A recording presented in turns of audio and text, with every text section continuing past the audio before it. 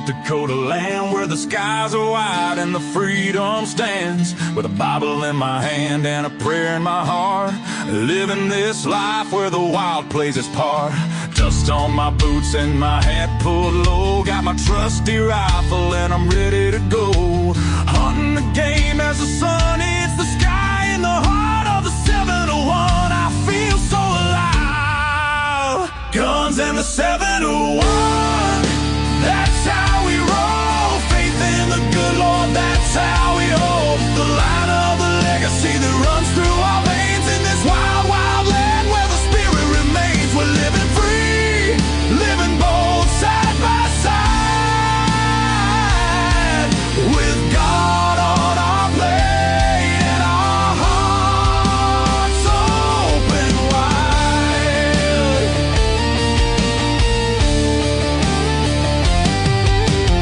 Ranching the fields, the cattle run free with a purpose so strong, it's our grand legacy. The rivers run deep as we cast out our lines, fishing the waters where the North Star shines. Got the warmth of the sun with the chill of the night. With every shot fired, we're ready to fight for the freedom we cherish. The second is true. With family beside us, we stand through and through.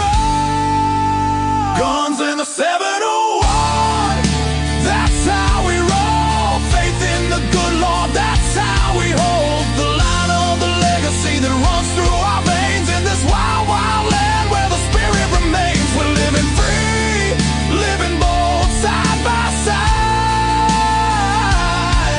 with God on our plate and our hearts open wide.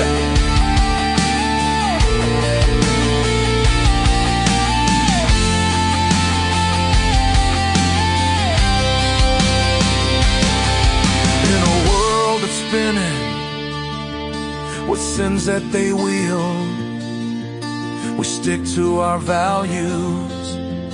Our fate is revealed with the word as our guide. We tread on the earth, a community built from the love, not the curse. Raising our voices, singing loud through the night, for God and our freedom, we'll continue the fight. Let the rifles ring out, let the spirits align. In North Dakota's embrace, our souls intertwine. So when you hear the gunshots and feel that proud sound, know it's faith and freedom that echoes around. From the fields of the ranch to the depths of the lake, with God on our side, there's nothing at stake. Guns and the 71 forever will stand in the heart of our faith in this great free land.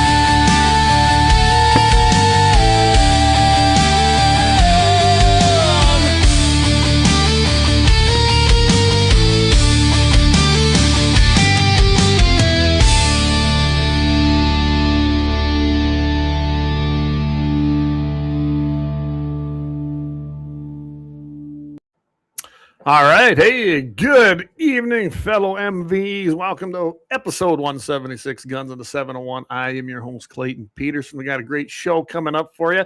Carrie Roller is going to be joining me. So she got a moose hunt opportunity to talk about. I know she had a great elk season. We're going to let her fill us in on that. She's also a patriot. I mean, Carrie, I've known a long time. She's also the kettle corn lady. So you don't want to tune in here. We've had some good times, and we just don't talk as often as we should. And I thought, you know what, here's a great opportunity to bring her on the show tonight. Of course, I want to remind everybody that I'm here every single Thursday night right now, but I have decided we are going to be moving this show after the Lent services.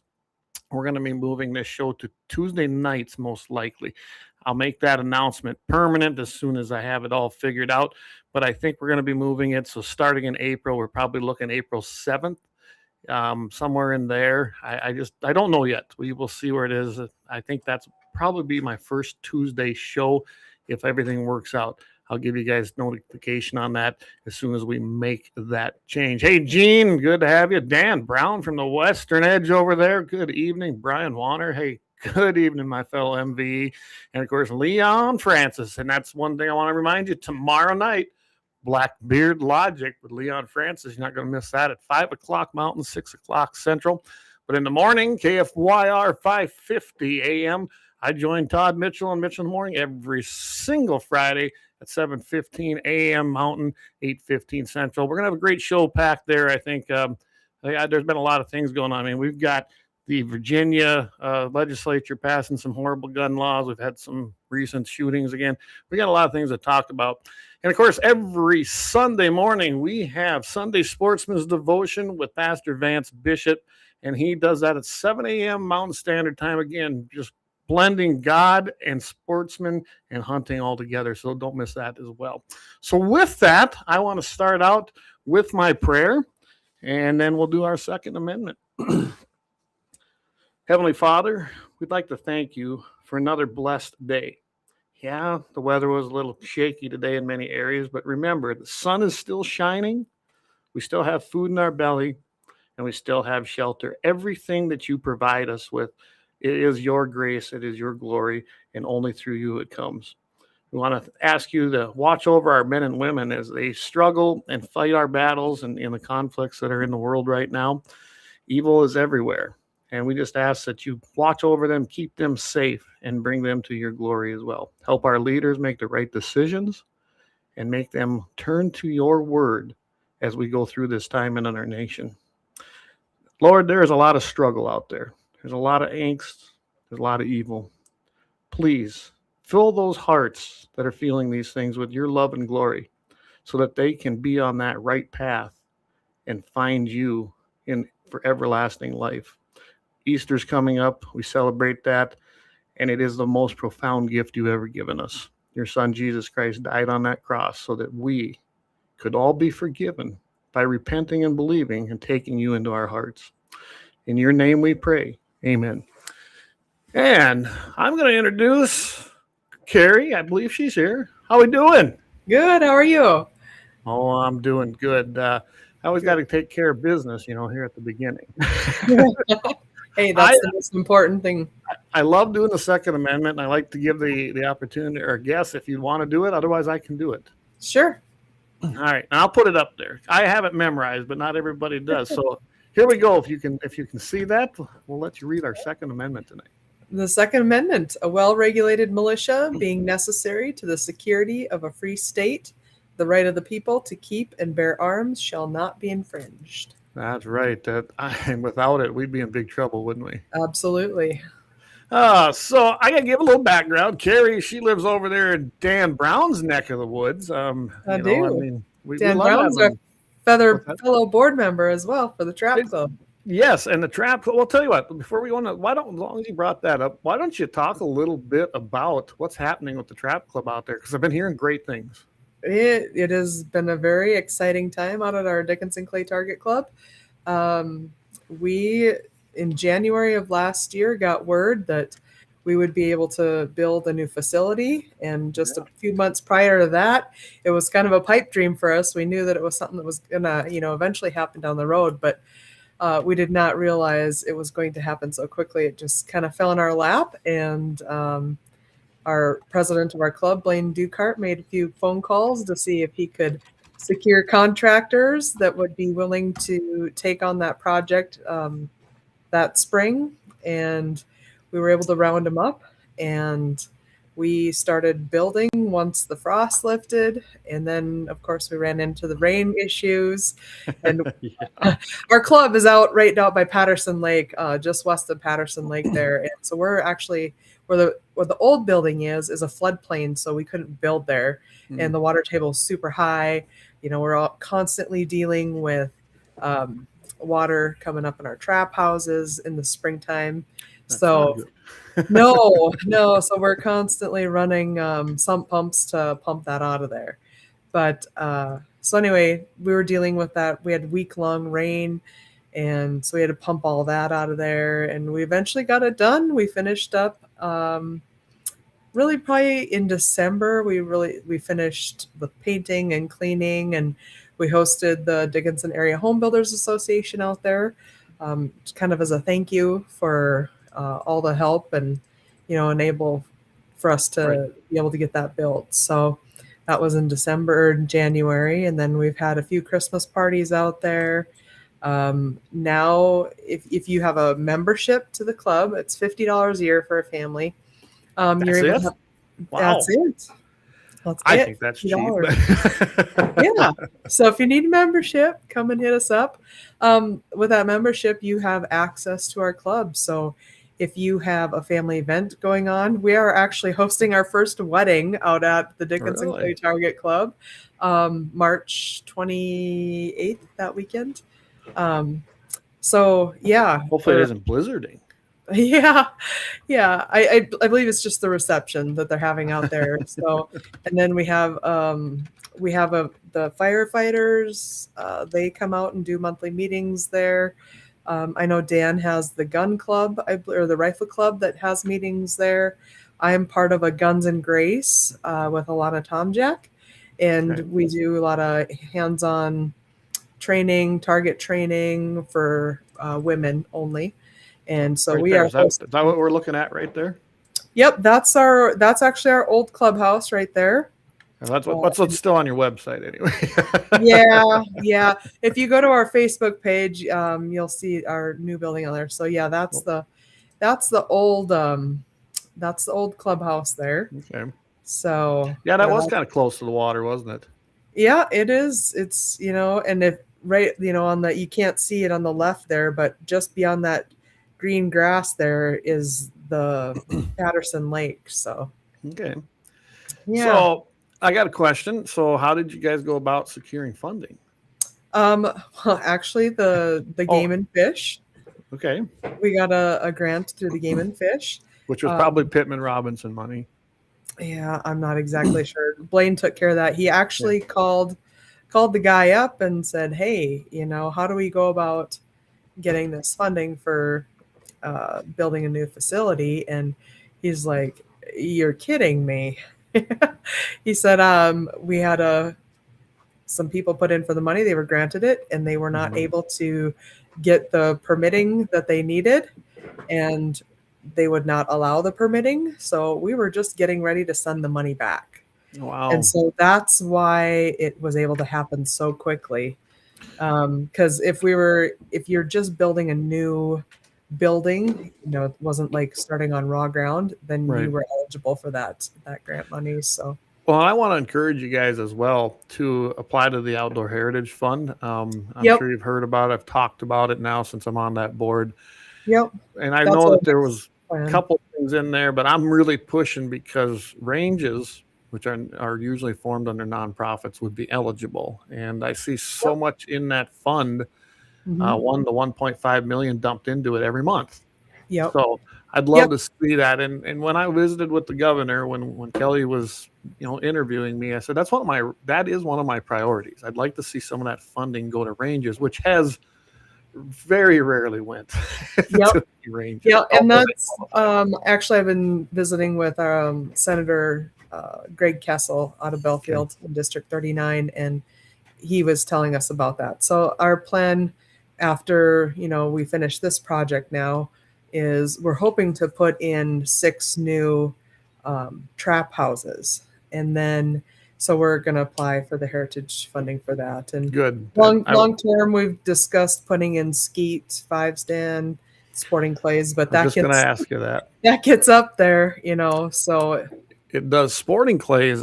I actually myself personally, after I was introduced to it, that's what I prefer to shoot. I really do. I would so love to try sporting clays. I have not had a chance. I've watched it at the high school state trap meet, and it just looks so much fun. I would love to try it sometime. So somebody asks, is this the lady who was at the Watford City Gun Show?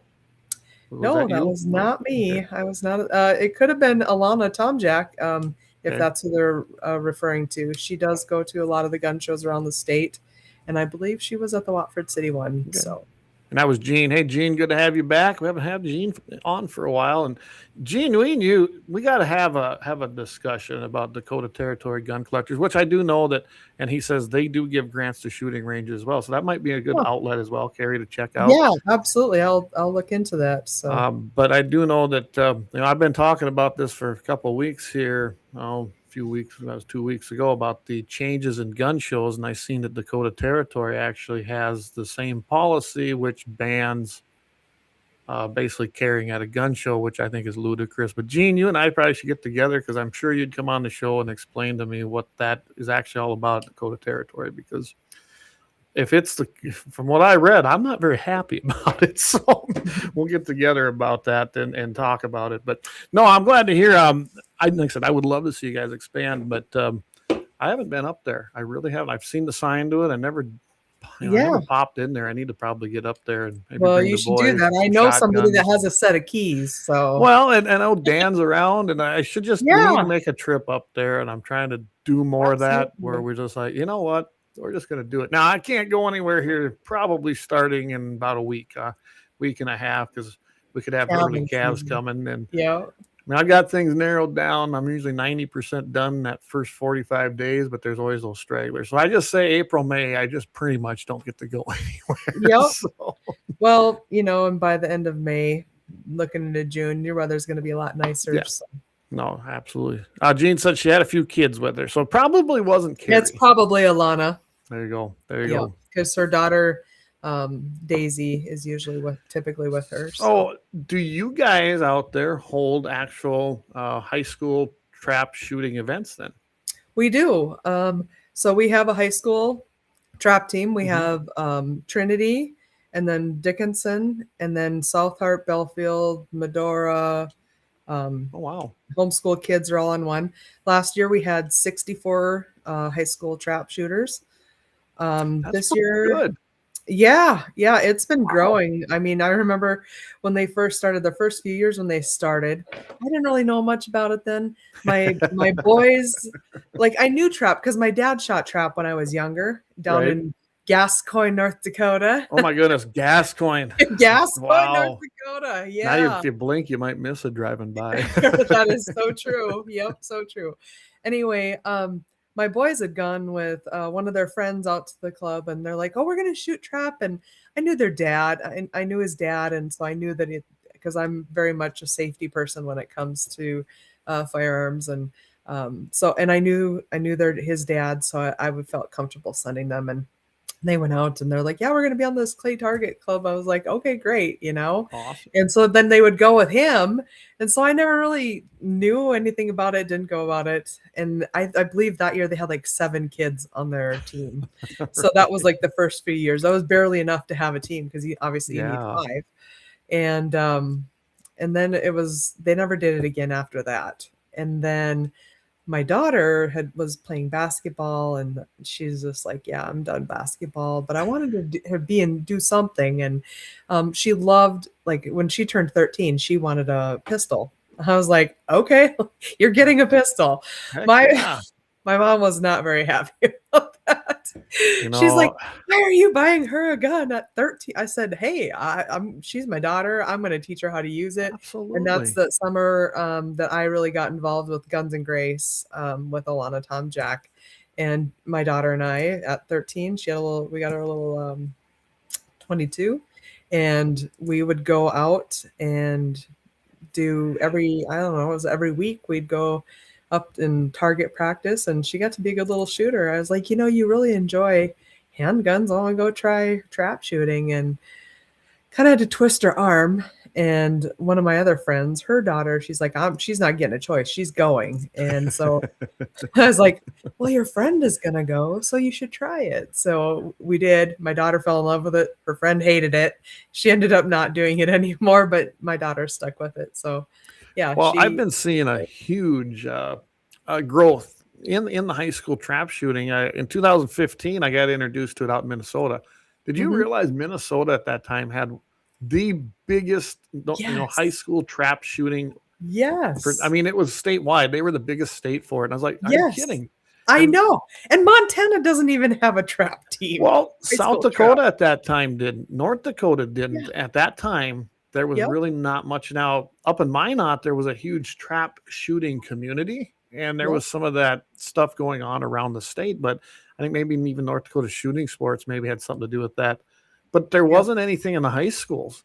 Right. So I know I pitched the idea as the rep, but I retired that next year. And then well, that was about 2 years later it started taking off. And I was so happy to see it. I know Sioux Falls had something going on.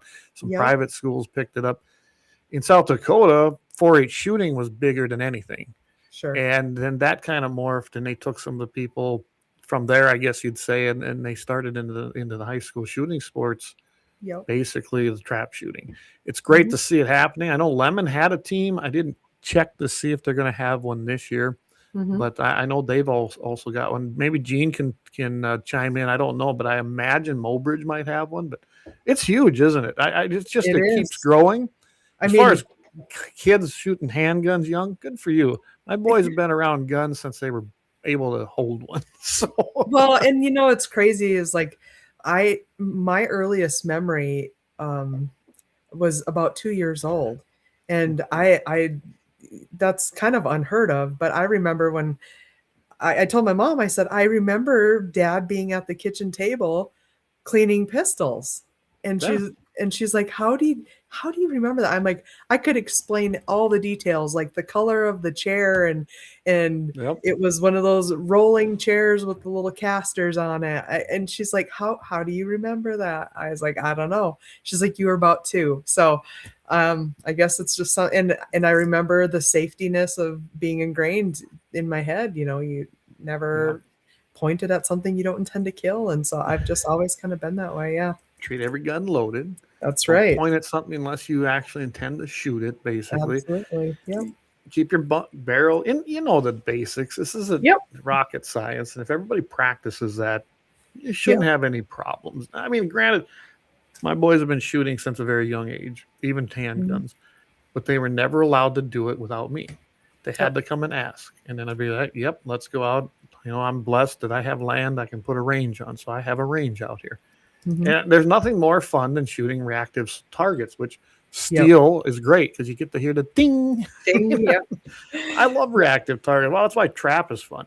Yeah. You get to see it instantly, right? And the more dust you make out of them, the better shot you make. Yeah. Well, and we've really had a lot of fun out there, especially with the kids, and it's actually drawn in a lot of the community. I love to cook, so I'm always like, hey, let's throw burgers on the grill or barbecue or taco in a bag or something. And then we do night shooting. So we have lights, stadium lights that we put up, and we throw white clays. Well, now this last summer we added black lights. So we have black lights that we set up, and we got lime green clays. So you got to tell me what nights and what time do you do this at? Well, it just kind of ran. We do it at least once a month, probably usually Thursday evenings. And we're out there till 10. Actually, the first time we did it last year, the sheriff department showed up. They're like, what do you got going on out here? So just tell Dan to call him and they take care of it. Even though he's retired. But I mean, you're gonna have to. I would love to come up and try that. I've never shot under the lights, not with black lights. I've done night shooting with the white clays, but I've never done that. And I'm probably a little rusty. I used to be a pretty good trap shooter, but I just don't get out to do it enough anymore. And I need to. Both the boys need to start going, and we've done a little of it here. And there's no reason we shouldn't be doing it. So, I'll tell you what, Carrie, let's take our first break. Unless you got something you want to add about the Trap Club, because I guess let's do that quickly. I'm guessing you guys do fundraisers and things. I think I've seen Dan send me stuff when you guys have like gun raffles, but do you got anything coming up in the near future there? Yep. We actually do have our 3rd annual gun raffle coming up. And our tickets are being printed at the printer right now, and we will have those by the end of the month for sure. We have our mandatory parent meeting for our youth high school league, so we'll be passing them out then. But we'll have 1,200 tickets for sale. They're $20 a ticket, or 6 of them for $100. So all right.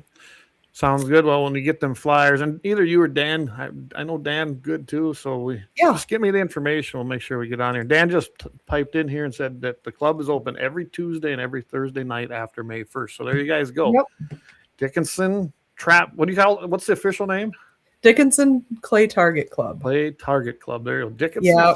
Target We had Club. to change our name after we became a nonprofit. So we went from Dickinson Trap Club to Dickinson Clay Target Club. Had to change your name, huh? Yeah.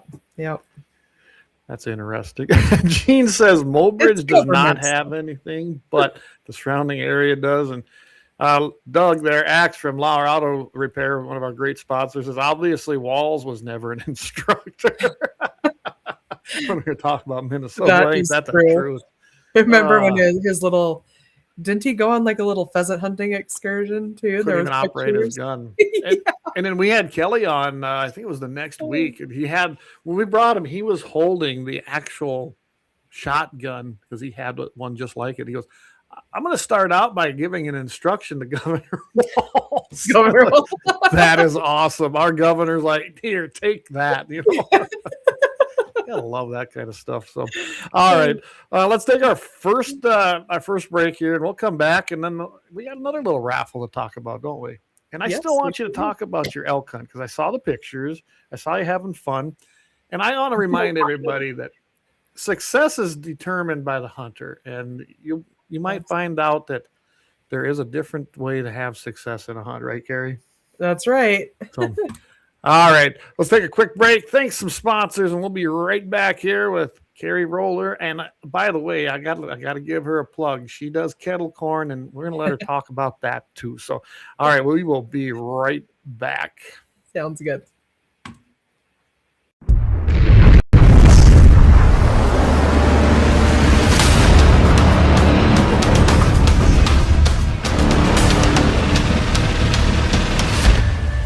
Lauer Auto Repair, located at 309 South Washington Street in Bismarck, North Dakota. Give them a call at 701-258-6308. The team of mechanics at Lauer Auto can take care of any problem your vehicle is having. And when you do business with Lauer, you can be assured you're doing business with a pro Second Amendment America First repair shop. There are plenty of other auto repair shops in the Bismarck-Mandan area. But why take a chance at patronizing a shop that might not have your beliefs at heart? Make no mistake.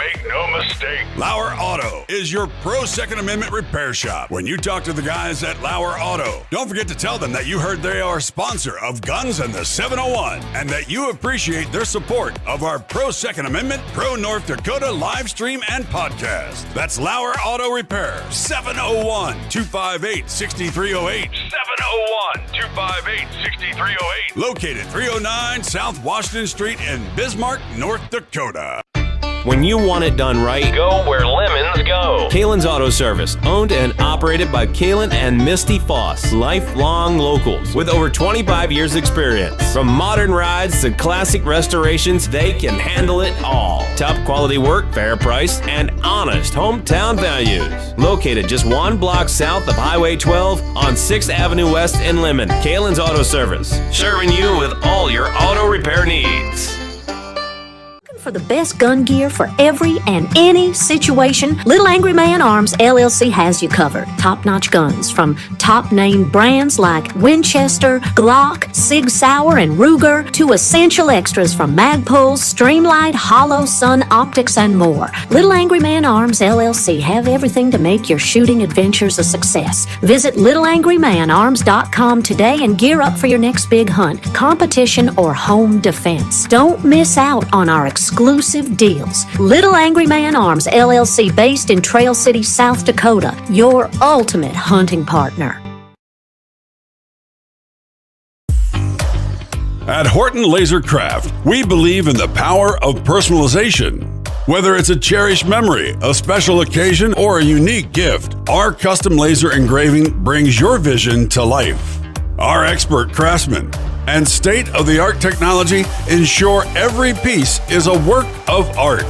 From personalized decor to one-of-a-kind keepsakes, Horton Lasercraft makes every moment unforgettable. Horton Lasercraft is owned and operated by a local veteran and his wife located near Thunderhawk, South Dakota. They provide custom laser products at a reasonable price, and their turnaround time is fast and efficient. Custom board cutting, glassware, decanter sets, mugs, assorted stainless steel jewelry, assorted tags, decor, custom acrylic nightlights, and much, much more. Call them up at 605-545-7535. Horton Lasercraft, where memories are engraved.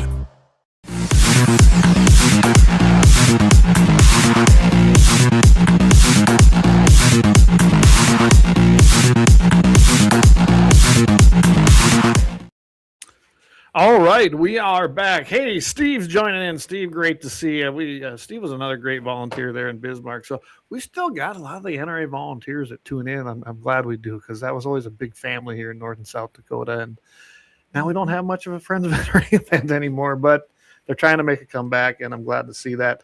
There's been some big changes happening there. I'm planning to have Nate on and possibly Jason again here, everybody, and give us an update. I imagine we're going to see a few more answers after the annual meeting, so I think I'm going to wait till after the annual meetings take place. Maybe we can get you a little more updated. So, all right. Well, Carrie, we left off. I think we covered the Dickinson Trap Shooting Club pretty good. So why don't you update me a little bit on a raffle that you got coming up? Yeah, actually, we are in full swing selling tickets right now. The Southwest area, or the Southwest Art Gallery and Science Center, they were the recipients of one of the special allocation tags that the North Dakota Game and Fish gives away to 501c3 nonprofits. I have been putting in for one for 3 years for the Clay Target Club, but we have not been drawn. Well, This year, the gallery got drawn. Okay, and I got it up here right now if everybody can read that. And in the stipulations for the tag, they can keep 80% of whatever they make, but 20% must go to an outdoors. I don't even really know. I can't remember. It's got to go to some kind of an outdoors conservation type. Yeah. Yep. And so this year, the Southwest Art Gallery chose the Dickinson Clay Target Club as the recipient of that. So we will get 20% of the sales from that raffle. So is it sales or net profits? That's a good question. I would imagine it'd come off your profits, because I mean you got to pay probably on that. So right, and I don't know if they had their guns donated or if they had to pay for those. I don't know all those details of them, but yeah. So we'll be the recipient of 20% of that. So we have. I've been busy selling tickets. I put an ad up on Facebook, and I mentioned it to Scott Bachmeyer this last Saturday while he was doing his outdoor show, and my phone just kind of blew up. I've had people from all over the state. I've had people from out of state, as far as North Carolina, reach out to me and purchase tickets. So as you can see on the bottom down there, you double your chances to win if you buy a 10-ticket raffle book. You get your name put in for a chance for an extra drawing for a premium high-end prize. I'm assuming it's a gun of some sort, but I'm not. Okay. I was just going to ask if you knew what it was. So I don't know what it is, but my guess is probably another firearm of some sort. And I want everybody to be aware of what I read in here, because it's something we're going to be adding to our own raffles as well. But prizes not claimed after 60 days become property of, well, these guys would be the Southwest Art Gallery and Science Center. We had some issues this year with a guy really dragging his feet, claiming his school prize from our Farm Bureau one. So we will be adding that to our tickets. And I would suggest anybody doing these, you probably need to add that to your tickets. I think that's a great idea. Yeah. So. Another thing that we do with our raffle through the Trap Club is if they are a winner of whatever gun and say they don't care to have that gun, they can take a $500 cash prize too. So. Yeah, and I see you got some cash prize. So you got a moose hunting tag for first place. You got painting of a moose by Sherry Roshow. Did I pronounce Yes, that right? she's a very well-renowned artist in our area. Her paintings are amazing, absolutely amazing. Then I see on here. Then you have a Damascus knife. Yep. I can't even. I'm not even try to slaughter that name there. But Kamagat Asuba. Yeah. Yeah, by Brant Roshow. That must be her husband, Brant. Maybe a son or a Okay, relative. son. Okay. Yeah, I'm not sure. Fourth place, Browning X-Bolt 300 Win May. Fifth place is Mhm. the Mossberg Gold Reserve 2 over and under. Sixth place, a Winchester 270. Nice caliber. I love my 270. I've had it for years. Seventh place is a Leupold 10 by 42 binoculars. Eighth place, $500 cash prize. Ninth place, guys, bad choice, Yeti. They're anti-gun things. Yeah. Really? I did pick those ones. A Abominable Snowman 48 quart. I just can't even say the name. Wheeled cooler, and the 10th place $200 cash prize. And I caught a lot of grief, but we actually, when we were doing the banquets, we had to discontinue with Yeti because they're the ones that cut off the contract with us. They did, and even in their headquarters in Texas at the time, they had no firearms allowed on the premise. Like, really? Both of your sales go to hunters. Hunting, yes. There's so many better choices out there that I'm telling you, you don't Yeah. have to do business with them people. But Yep.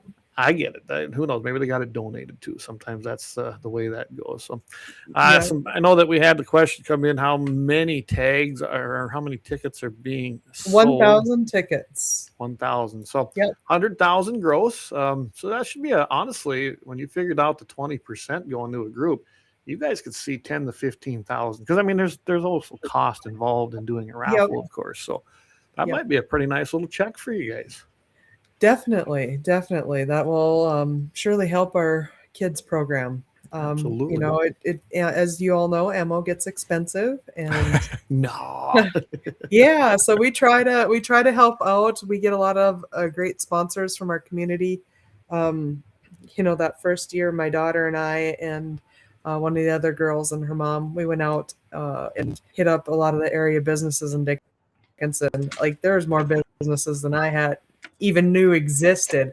I mean, we went well over 200 businesses. We just kind of drove around and stopped at each one, and the girls ended up collecting, like, I think it was like close to $46,000 in donations. So that's really, really, really helped our program. It really helps to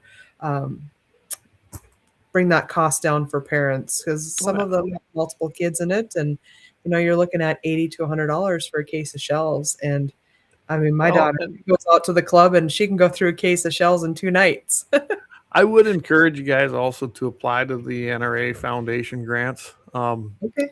I know there's a banquet in Mandan. I don't know if Dickinson's doing one this year, but I think Williston was bringing one back this year, possibly, or Watford City. I don't remember.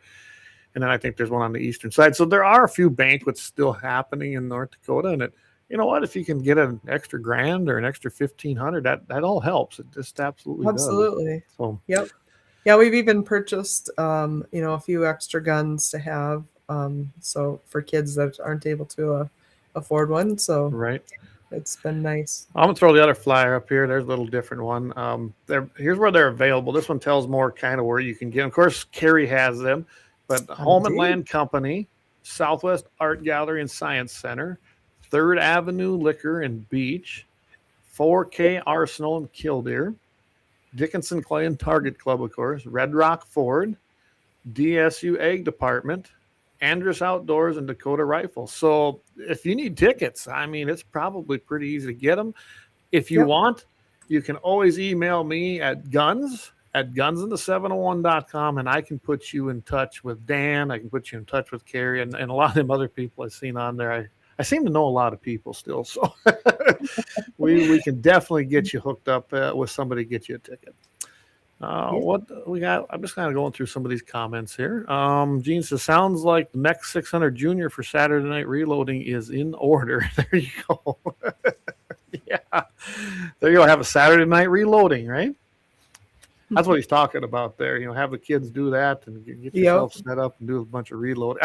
That is something I want to learn how to do. I have it on my want to learn. Hey, Doug wants to know, he says, maybe I missed this. Is there any way to be a sponsor? I'm guessing about the trap clubs. Doug, why don't you, I can get you in touch also with Carrie. We can do that, or with Yeah, Dan, but absolutely. absolutely. Jennifer Jean says hello. Hey, Jennifer. So I would absolutely, I'm sure we can make that happen for you, Dougie. Yep. Lauer Auto Repair has been a great sponsor here. And I know that Doug really supports shooting and shooting sports and Second Amendment. So if nothing else, we'll get you guys. I'll get you. I'll do a little group text, and you guys can take it from there. Sounds good. So, all right. So, what is your? I guess what's your target date, or do they have it on there? I didn't look. June 6th is going to be the drawing. We're gonna have a little barbecue out at the club. Okay. So you're welcome to come out and grab some food, check out our new facility, and then they'll start doing the drawing at 5:00. Gotcha. Okay, so your target's to get them sold out by then, and I think that you can do that. I mean, well, really, you know what? I've only had these tickets. They gave me 10 books of tickets a week and a half ago, and I have 3.5 books left. Well, there you go. Perfect, So, right? Yeah, and I know we do have the president of our club has quite a few tickets available yet. So good. Yeah, no, I think it's a great thing, and I love seeing. I love seeing all these trap organizations in high schools. You know, yeah, they're not technically in there, and every school's different. I know Lemon down here they don't really support it. It's affiliated, but not. That's kind of how it is around here as well. They don't support it at all. But right. Honestly, last year we had a really hard time getting into the schools to, like, we had some flyers printed up and it was difficult, very difficult to get it in there.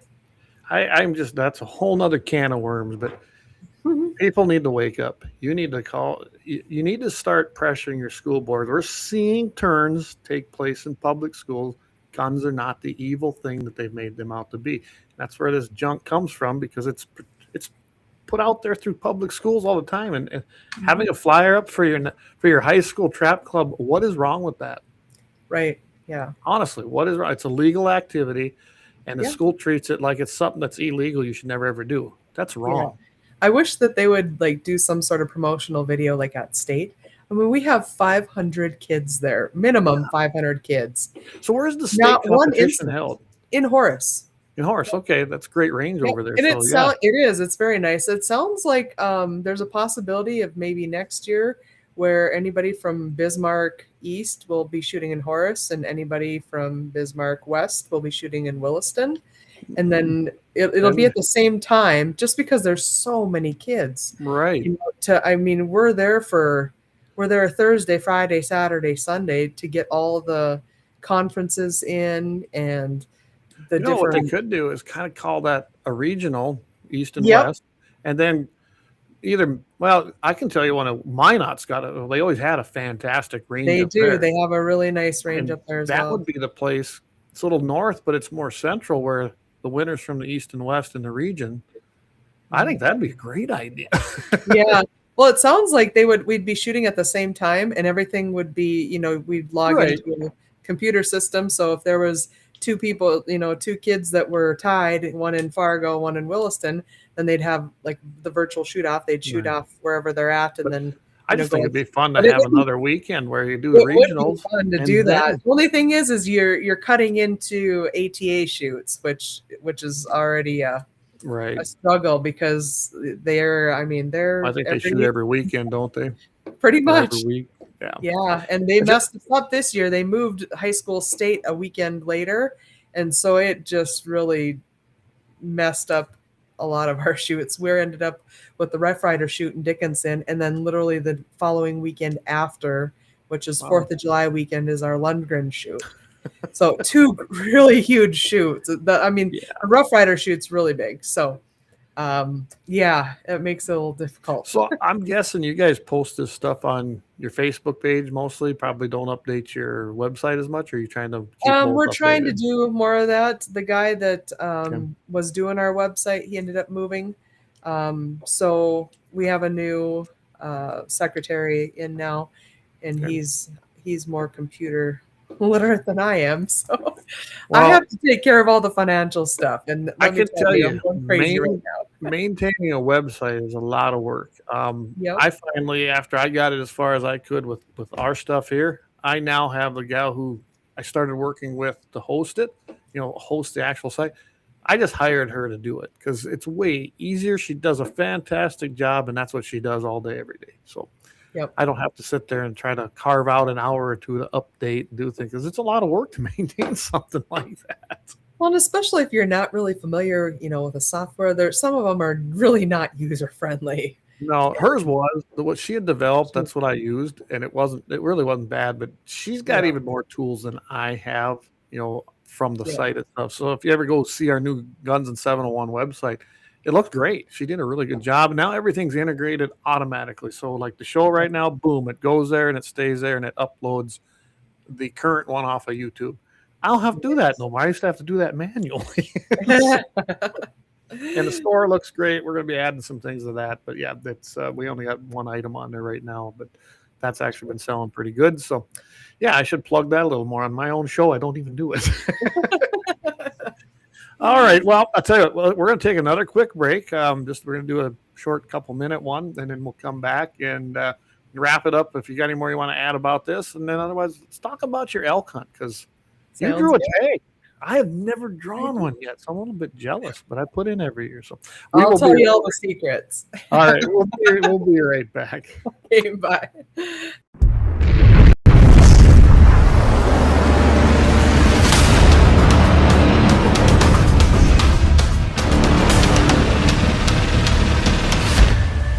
Lauer Auto Repair, located at 309 South Washington Street in Bismarck, North Dakota. Give them a call at 701-258-6308. The team of mechanics at Lauer Auto can take care of any problem your vehicle is having. And when you do business with Lauer, you can be assured you're doing business with a pro Second Amendment America First repair shop. There are plenty of other auto repair shops in the Bismarck-Mandan area. But why take a chance at patronizing a shop that might not have your beliefs at heart? Make no mistake.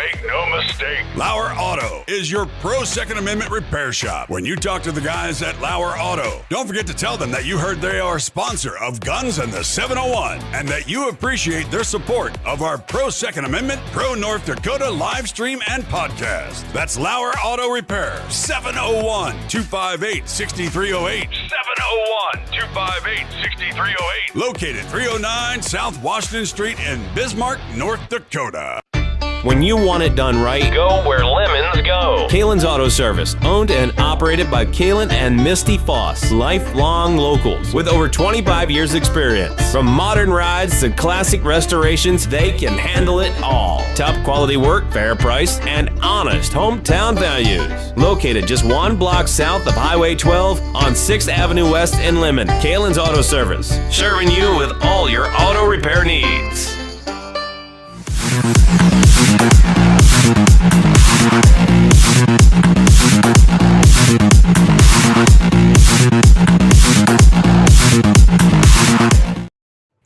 All right, welcome back, everybody. Thanks to our great sponsors. I said Lauer Auto Repair has been doing a fantastic job on my stuff when I take it up there. I highly recommend it. Plus, they are pro Second Amendment. You absolutely know that when you're in Bismarck. So 309 South Washington Street. If you don't know where that's at, where the new Runnings or the old Walmart is, right there on Washington Street, just go straight north and look off to the east, and I think it's like 1 or 2 blocks. So just check them out down there, 701-258-6308, and ask for Axe, and he'll get you, Doug, sorry, probably ask for his real name. But anyway, he's there at Lauer Auto Repair.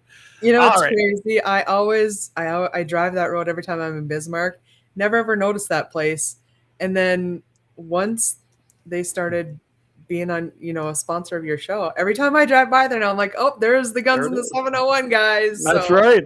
Yeah. So yeah, we appreciate everybody going. And like I tell everybody, when you do business with our sponsors, say you heard it here, because that's how they know it's working too. And Kalen's Auto, of course, I probably 10 times over funded his sponsorship for the year because I do a lot of work there. But Kalen's great. Knowing him, he really likes the classic cars. So, him and I get along great, and they also put on the Dragon Main event in Lemon now in the summer, so I'm looking forward to that. That's coming up. I got the 62 GMC. we got a Mustang now, and I'm working on another vehicle, so I might have 3 vehicles to run in the Dragon Main. So that'd be kind of fun. That's, you know what? I'm semi-retired. I got to have a hobby, right? Anyway, so all right. Anything else you want to add to just before we get off the subject of the raffle? No. Not If really. they're interested in a ticket, they can. I mean, you can put my number up there, and they can contact me. Okay, give me the number quick, like It's 701 Okay. 590 0999. And, you know, for people that aren't local to the Dickinson area, if they want to do PayPal or Venmo, There or it if is, they right want to there. go the old school route and drop me a check in the mail, we can do that as well. So that's me, old man out there. That's what I'm doing. So anyway, again, if you want information or you need to get yourself in on this great raffle, 701-590-0999. For everyone on the podcast, when this gets uploaded, again, 701-590-0999. And let's face it, it's hard to get a moose tag. I've been applying. I have not drawn one. Here's a chance. And you can hunt anywhere, from what I understand, in any of the units, Yep. right? any mean- unit, anywhere in the state. Yep. I'm telling you, it's one of them chances of a lifetime if you draw. And there are some big moose in North Dakota. They ain't as plentiful as, say, some places, but there's a good population of moose. I had a moose in my yard here about, 3 months ago. Down Yeah. here on the border. we have a farmstead down by New England, and probably 6-7 years ago, we were out deer hunting, and I was like, "Oh, there's something big out there!" And so we stopped on the road, and I pulled the binoculars up. I'm like, "No way!" And sure enough, it was a cow just kind of walking up this draw. So we sat there and watched it, and my kid's like, "Shoot it, Mom!" I'm like, "No, No, it's worth it. no." It's worth it. Yeah. And I can tell you that I got this. I had to come up to Dickens. I needed when I was licensing that Mustang. It was a quick trip up there and back. So, and I saw one south of Dickinson, just about halfway between New England and Dickinson. I was like, that's pretty cool. And that was a pretty good sized moose, really, there. A little better Yep. not put your name on there. So, Yeah. all right. So you went elk hunting. Of course, let's say you drew an elk tag. Did you draw? I don't even remember. Was it just a bull or a cow? I drew a cow tag. Okay. First, it's kind of crazy. So my whole family, they're all hunters. I have 3 kids, husband. It's crazy. My husband was never a hunter. He didn't grow up in a hunting family and never had hunter safety, anything like that. So we'd go out to the farm. He'd drop me off, and I'd go pheasant hunting. And he's like, There you that go. looks kind of fun. I was like, go on, try it. He's like, yeah. I was like, well, here's my gun. I'm going about a mile that way. You call me when you're done. There's my safety here, Yeah, And perfect. So he started to enjoy it. And so I made him take hunter safety with, it was like him and 50 12-year-olds. So now, and down by our farm, I believe it's 3E1 or 3F1 or Okay. something. I can't remember the area. We've been blessed to draw tags every year. Good. The last few years, have been kind of rough with the deer population, but this year we actually saw quite a few down there. Well, And good. so every year we were drawing like 4 tags, and I'm the one that does the processing. So I'm like, I'm not putting in anymore. I'm gonna put in for big buck tag in 4D. Oh, So for 7 years I was putting in for that, and this year I was like, I'm not really a big fan of elk meat. It's not my favorite. I'll take a moose Really? any day of the week. Oh yeah, I moose love is good eating. moose. Is like my all-time favorite. I like moose. And so this year I was like, you know what? I'm just going to put in for a cow tag, because a cow is going to taste better than a bull anyway. And maybe it'll be better. First year I ever put in for Oh, a tag. everybody's yelling right now, like, really? Well, see, the secret is you just got to put in for a cow tag. For cow. Honestly, I heard that this year they're projecting there to be extra cow tags left over because everybody wants to put in for a bull. I get it. So- It's a once in a lifetime tag. So if you draw a cow tag, then you can't apply for a bull. That is your once in a lifetime tag. Yep. Okay. I did talk to a guy though this year that he allowed us to allowed me to come down and hunt on his land. Mhm. He's got he's got like 200 elk on his land, and they're just destroying his fence lines. And Oh yeah, they just walk right through them, run right. Oh, I mean, it was sad, honestly. Like he kind of took us around, and like all his like that whole top fence is just snapped, brand spanking new. And it's like, yep, just fixed that last week, and it's in a big old knot, you know. Yeah. So anyway, I was visiting with him, and he's really been trying to talk with the Game and Fish and getting them to do, you know, like if you put in for a cow tag, whether you shoot one or you don't, in 5 years, then you can put in for a bull tag, you know. So it wouldn't. Right. And if you really want to control the population, I think that's a really great way to do it, because you're surely not going to control the population shooting all the bulls. No.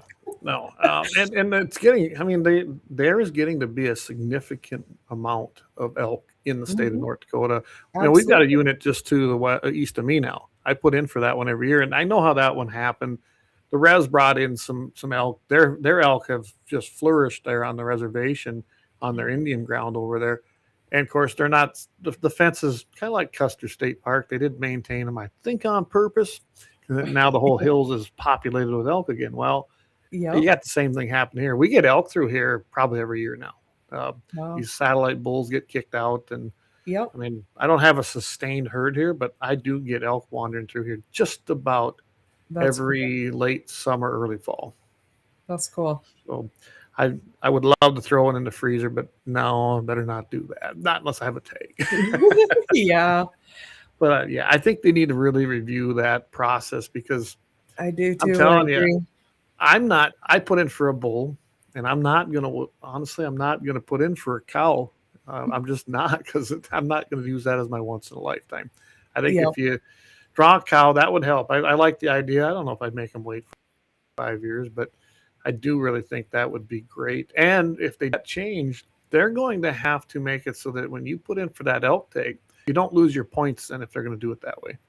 Right. Or if they'll let you reapply it. You should be able to keep your points then for that bull, because some of us have been putting in a long time for right.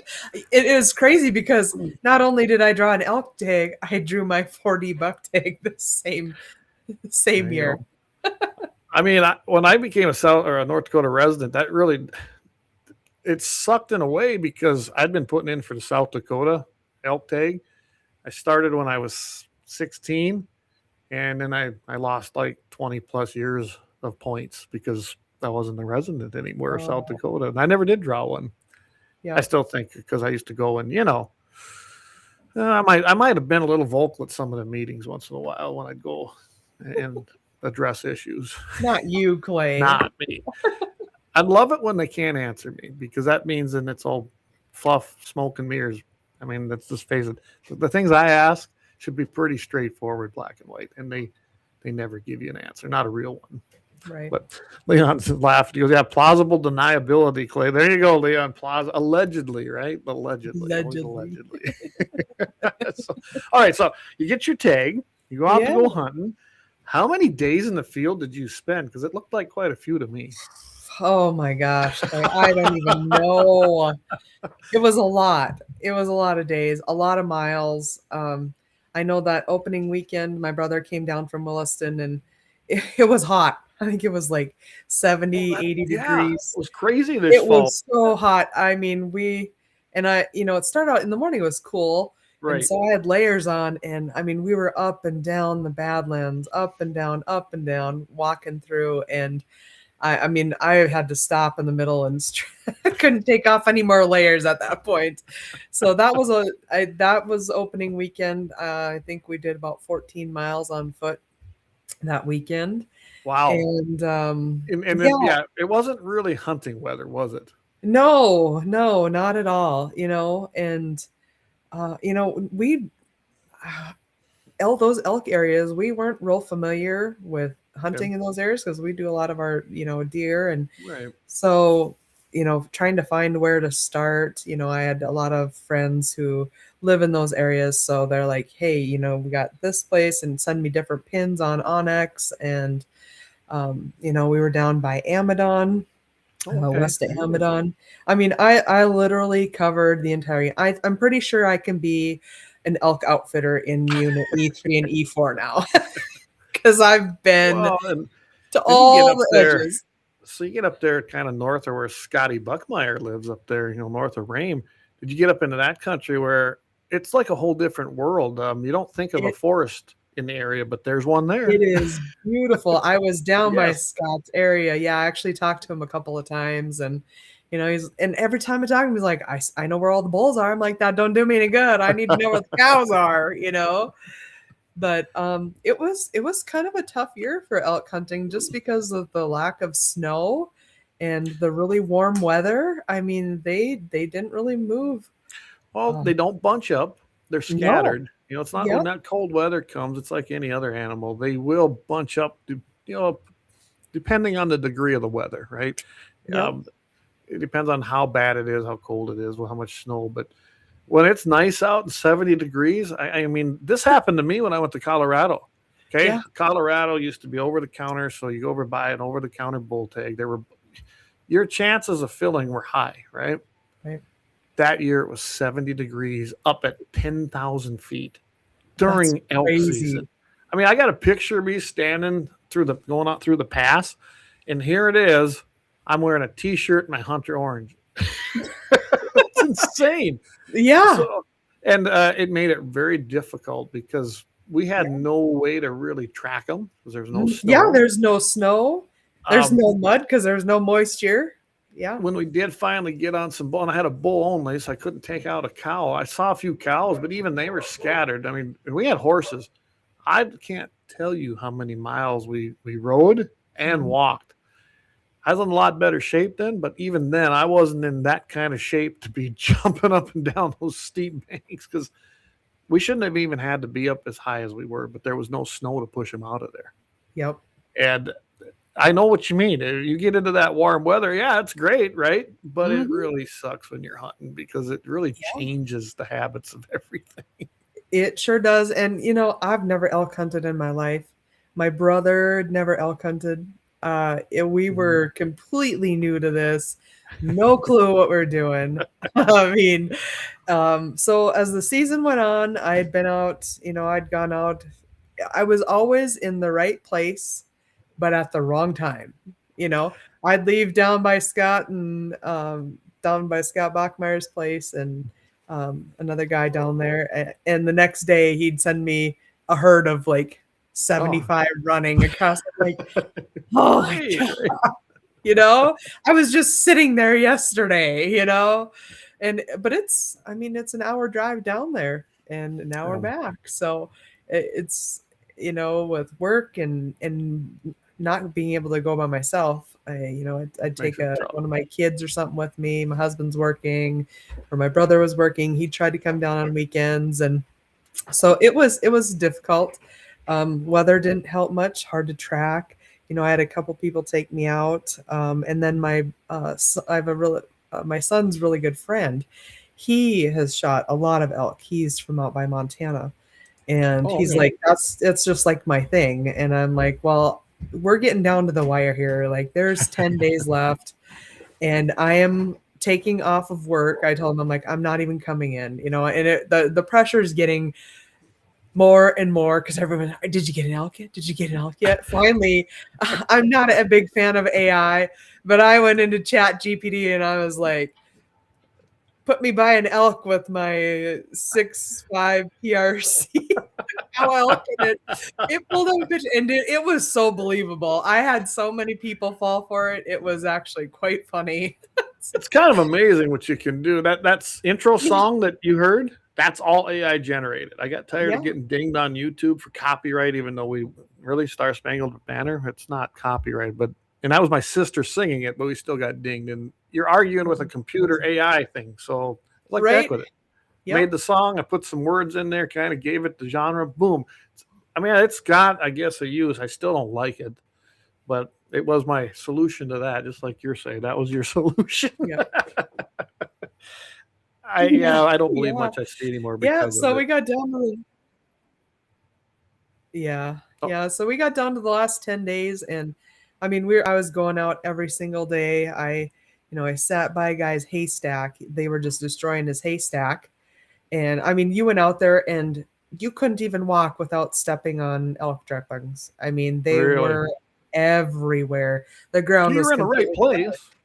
Yeah, but they wouldn't come in till after dark. He's like, "Well, get a spotlight." I'm like, "I wish." I'm like, I'm not gonna go to that extent, you know?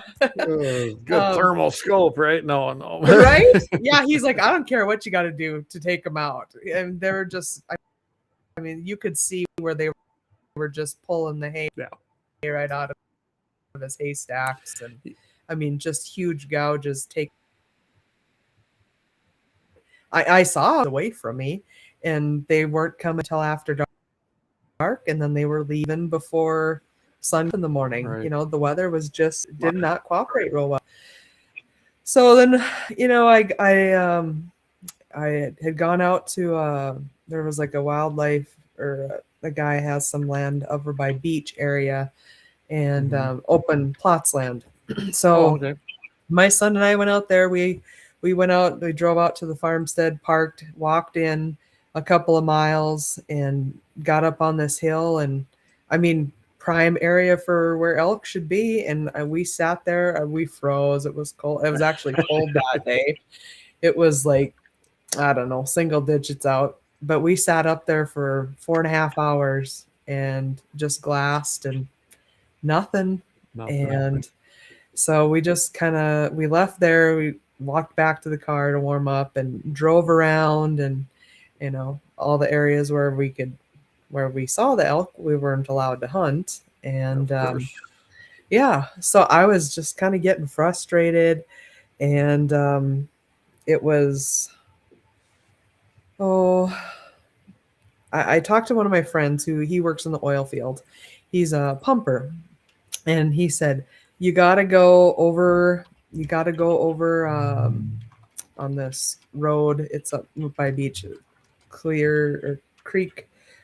Okay. Creek Road or whatever. Anyway, he said every morning 6:30 they cross the road right there, and I had heard that from a couple other people, and so I was like, well, all right, I'm gonna go out. It's literally the last day of the season.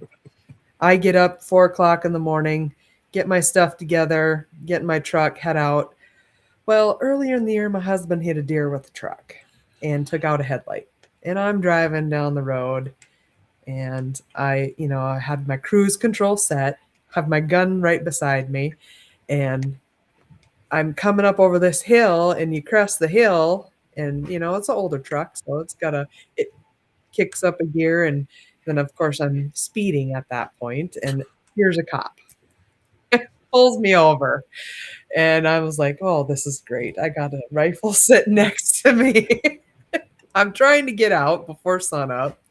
Yeah. And he's like, well, I need to see your registration. And I was like, okay. I said, I got a rifle right here. I can't lean over and grab it. Can I pick it up and move it? Yeah, okay. He was kind of leery, but told him I was out elk hunting. I said, yeah, we had a deer take out their headlight. It's on order. We're getting it fixed, waiting on insurance. And he did let me go. So anyway, that started out my morning last day. And actually, I went solo my last day. I told my husband, I said, I'm going by myself. He's like, well, what if you get one? I said, I'll figure it out. I got this, you know? And let me tell you, like, about 2 days into this 10-day straight hunt, I was like, I hate elk hunting. I am so glad this is a once-in-a-lifetime deal. I am never going to do this again, and I don't have to do it again. I am never going elk hunting again. I do not like it. I was just so frustrated. And so anyway, I get out to my spot. We actually had snow that day, so I could, you know, and it was very kind of foggy. It lifted quickly, but everything was just white. So I'm like, well, I should be able to see a herd of 70 elk coming through the snow. So I'm in my area watching. I'm not seeing nothing. I was like, well, I'm going to go down towards this creek that he's talking about. And so I drive down there, and I come up over this hill, and I look, and I was like, oh my gosh. I saw like 10 elk, you know? And so I got all excited, and I called my son's friend, who is the elk hunter in Montana, because he went out as well. Him and his wife, they were up north on oh geez, I can't remember the name of the road. It's way up north off of 85. And Okay. Yeah. so on the opposite side of the river of where I am, and I get up on the hill because I didn't have service where I was, and he didn't really have service. So I called for like 20 minutes, finally got a hold of him. I was like, dude, hey, I found the elk. And I said, I went back down again. I saw it first on 10, but I went back down again, and there's like probably 50 of them there. He's like, Oh, well, wow. I'm coming. So it takes him 3 hours because he's got to drive all the way around the river from where he's at just to get there. So no, it wasn't quite 3 hours. It was probably about 2 because I called him about that was probably about 8 o'clock, I think it was, and he got there about 11. Well, 8:30, 11, somewhere around there. It was about 2.5 hours. Mm-hmm. Anyway, he got over there, and I said, "Well, I'm gonna go sit down back on the hill and just watch." Well, I didn't even like glaze the. I was just looking in this tree in this little valley there, and here up on this plat, there's like 150 elk all Wow. together, and I was just like, "Oh my gosh!" Your little buck fever, did you? Oh, I did.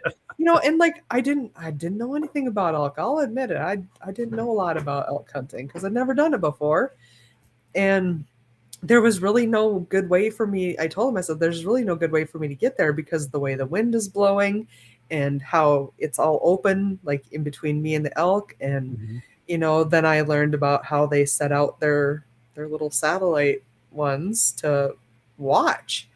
And I got to glassing the area, and, they had a cow here, and then one on here, and one over here, and then one over here, here. And it was eyes everywhere, right? Yes, I really learned a lot this season about elk hunting. So anyway, he gets there. He's like, "You're right. There really is no good way." He said, "I think the only way I can do this is if I go down the hill, drive up and behind him and try to push him back this way." So he drives around and I get positioned on the hill. Well, when he went around that corner, there was 6 bulls sitting on the hill on the other side that we didn't see. Wow. So they jumped up and moved the herd west of us. And about that time, two guys on a side-by-side come flying down the road. I was like, shoot, they know they're there, So we were going to try to go around because I had permission from the guy that owned the land on the other side a few days prior to that. And anyway, they took off after him, and so we're like, we got to follow them. So we followed the guys. They had no hunter's orange on, nothing, blended in. And so we stop. They go up over the hill, get out, boom, boom. I don't know if they ever hit anything, but of course, then it shot them off about a mile or so the other direction. And so we decided to get back in the vehicle and go around the other side where I had the permission. Called the guy, said, "Hey, talked to you a few days ago." Mm-hmm. It's like, yeah, he's like, "They don't usually stay on my land." I was like, "Yeah, I know, I understand." But I said, "They're there." By this time, it's like 2:00 in the afternoon. So the time is ticking away. Is it? Time is ticking. And we get over there, and he's like, "Well, I'm getting really tired of elk hunters, and I don't know if I want to have anybody out there, and I'm not there to watch and see." And he's like, "I think we're just gonna have to start charging." And I said, "Well, okay, like, how much you gonna charge me? It's the last day. What are you gonna charge me?" He's like, "Well, I'm not really there to monitor it, so I'm just gonna have to say no." I was like, "Are you kidding me?" And they were on his land. Yeah. Yep. They were just standing there. So I was like, well, and my son's friend had found a couple up where he was. Mm-hmm. And 2:00, I was like, well, there's no sense in sitting here wasting my time if they're going to move or not. So I was like, let's just hightail it. So I parked my vehicle at the gas station in Medora, and we went up through the park, and we figured, let's just hunt through that area. Well, not through the park, obviously, but drive through the park and hunt all the way up East River Road to get where we were going. And I was like, at least if we see something, we can, whatever. Right. But we ain't going to see anything on 85. So we hightailed it up there, got up to the, I think Upper Magpie Road. That's where it was. I mean, we went way back far in, got up there, state land, and those 2 elk were still there that evening. And well, it was like 4:00, 4:15 when we got pushing there. it for time then, ain't you? Yeah. And so they're about 1,100 yards out. And so we kind of made a little game plan. We kind of dropped down below the hill. His wife dropped us off, and she was gonna back up and go up the hill, and then just kind of turn away and go park at there was an oil well site up there. And he said, we're just going to so we went up on the kind of the crest of the hill, and just so we could see them, and we watched the elk. And as she backed up, those elk were watching her to see what they were, what she was doing. Mm-hmm. And finally the one went back to feeding, and the other one just kept watching her. He's like, all right, now their time. We gotta and down the hill, and then we can get closer to them, because we were about 1,100 yards out. And so we did that, got over the hill, crawled up, and belly crawled up to the top of that hill. And I was like, all right, I'm just going to calm myself, take my deep breath. We were 350 yards away. I dropped my deer at 350 yards this year. I mean, double lung shot, jumped up in the air, boom, done. I'm like, I can do this, 350 yards. So we get up there, and I mean, by this time it's like 5:00. Like we're already it's sundown, and now we have the 30 minutes after. Yeah. And you know what it's like trying to shoot at that hour. It's not easy. You better have good optics. Yep. That's why I spend probably more on my optics than I ever do on my gun, because that's what you're talking about. That's when those extra dollars pay off, because it'll draw all the light in. Yeah. Absolutely. Yep. So get up there, lay down, and that elk is standing there broadside. They have no clue that we're there. I rack in a shell, boom, nothing. Oh. I'm like, what in the world is going on? That elk never moved. Racked in another one, boom, nothing. I shot 6 shells at that elk. Never moved, never hit it. I couldn't see where it was hitting. I was so mad. I was like, that's it. I'm never elk hunting again. I'm never doing this again. He's like, there's something wrong with your gun. I was like, there's clearly something wrong with your gun, because there's no way.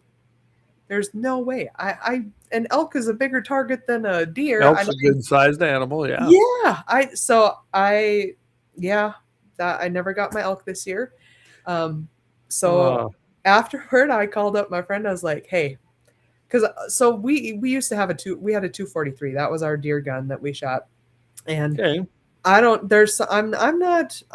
the first to admit, I don't know a lot about rifles. Handguns, different story. Rifles, I'm just not. I mean, we deer hunt, that's it. I don't target, practice, all that. I don't do competitions or anything like that. So not real familiar with them, but I know how to operate them, and for the most part. You know how to shoot a big game animal. Yeah, absolutely. And so I called my buddy. I was like, so my brother let me use his 6.5 Creedmoor, 6.5 PRC. It was a Christensen arm with all those fancy MOA dials, and he showed me how to use it. And like I said, I use it for deer hunting. It worked great.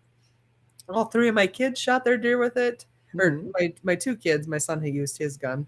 My 2 kids did, and we all used it, and dead on, nailed them. And so I am getting to that point. I figured you were getting there. Yeah. I called up my buddy, because I knew that if I took this gun back to my brother and he took it out to the range, he'd be like, nope, everything's fine. You just suck. And I'm like, I know I don't suck. I know I'm a good shot. So I called up my buddy. He met me out at the range. We put up a piece of paper at 100 yards with an X on it, and shot 3 times. First 2 didn't even hit the paper. The last one hit the upper left-hand corner, just nicked it. So that was at 100 yards. So at 350 So, yards, I was dumb shooting. question maybe, but I imagine you sighted it in before you ever went out, right? Yes, we did. Okay, so yeah, all right, go ahead. Yeah, I have no clue what happened. We actually had a trap meeting that night. I was a little late getting to the meeting because I was at the range because I'm like I'm figuring this out. And one of our other board members who he does a lot of long range shooting. He was actually just down in Oklahoma, Derek Karski. And I was like, Derek, I don't know. There's something wrong with his gun. And he went out and he was looking at it and he said it felt like the barrel was a little bit loose. So I don't know. Really? Maybe, yeah, I don't know. I suppose that piece, I mean, that it's always possible, I guess. I mean, 10 days straight of hunting up and down the Badlands. I mean, I put over 40 miles on foot elk hunting this season. So who knows? I mean, nothing ever dropped. I don't know what happened. So that last day of elk hunting, going out by myself, finding the herd by myself, that was really empowering to me. And just exciting. Like all of it was just exciting. And so I gave the gun back to my brother and I said, that's it. I am going to learn everything I can possibly learn about guns. I'm going to build my own gun. I'm going to get my own optics. I'm going to learn everything about it. So Derek has hooked me up with the book. And I've been reading my little book about guns for dummies. I don't know what it is. Well, it's like anything else, Carrie. The more you do it, the more knowledge you get, the better you'll get. I can tell you, once you get the gun you want, my favorite is my Winchester Model 70 270. I've probably killed 90% of my big game animals with it. Yep. That's just my go-to gun. I've even taken it elk hunting, and I made a load for it that was heavier, so with a Mauser partition bullet, because I wanted to use that gun. Sure. I have good optics on it, but I have other ones. It's all in what your preference is. Caliber matters. I think the 6 or 6.5, either one's a little bit small for elk, but you know what? It can be done. Okay. Yep. It's what you're familiar with, what you get used to. And it comes down to checking everything. I mean, whether it's the stock being loose from the barrel, it could happen depending on what kind of gun you have. Mine are free floating, most of them, so I don't have to worry about it. Everything's done into the receiver. But optics, very important. Mounts and rings. Don't buy cheap ones. Put good ones on there and stay put. And then it's just a matter of getting behind it and sending some freedom seeds downrange. Plain and simple. Well, I've been helping out at a meat shop a couple days a week. And so I've been stockpiling my cash from that, and I am building myself a gun. And my son's friend who elk hunts in Montana, we're gonna go elk hunting out in Montana. So I'm redeeming myself because I am not a bad shot, and I am not happy about how this ended. Even though a few days prior I was like, I hate elk hunting. I'm never doing this again. I've even bought high-end optics and gotten a bad one that when I shot it, and it was supposed to be able to take the I was shooting my Lapua, and that should have handled that no problem. And it knocked the reticle loose inside the gun. Yep. Things happen, like Doug says. Yeah, things happen to optics. Yep. But I guess that's why I wanted to have you on and talk about the elk hunt, because I knew kind of your story because you kind of told it. I was like, but now look at what you're going to do. You're more determined to make sure that you're a good shooter and have the right equipment, right? Yeah. Well, I know I'm a good shooter. I know that for a fact. I'm just, like I said, I dropped my deer at 350 yards, double long shot, boom, down. Leon says, Leon, I don't know what I'm building yet. I have not gotten that far.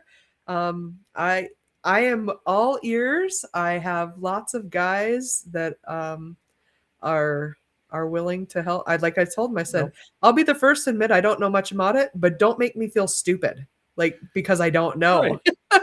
So I have not decided on a caliber yet. I've had a lot of people say a 308 Win Mag.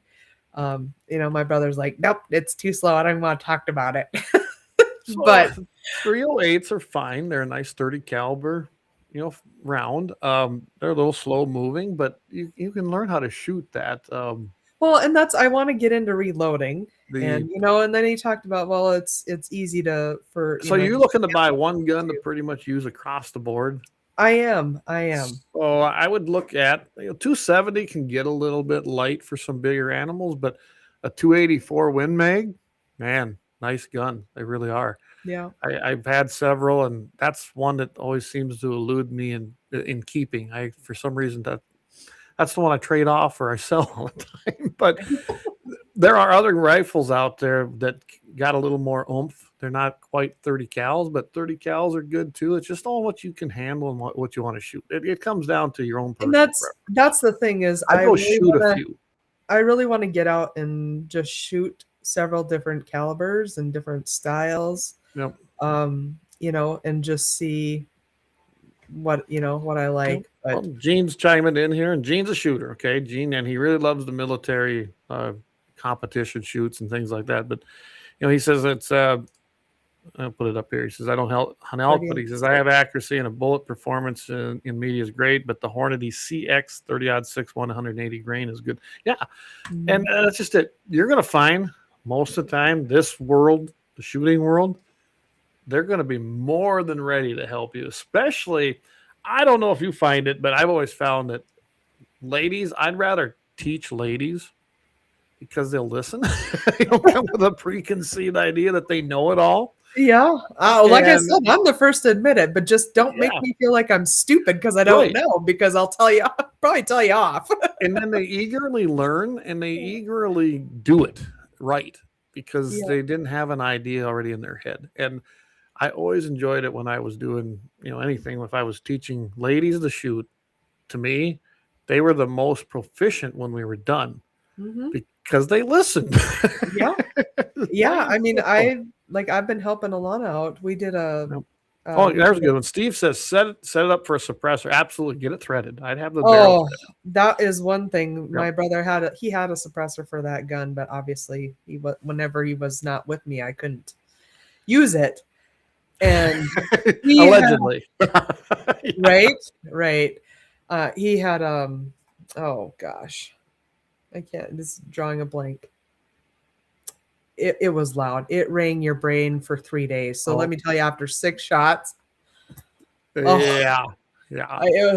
terrible. I'll tell you what, we're coming up to the bottom of the hour. Let's take another quick break here, and we'll come back and we'll finish this up. But this one, I wanted you to talk about this hunt because I knew you didn't get an elk, right? Yep. But yet you still, it was a successful hunt in the sense of hunting. The memories were.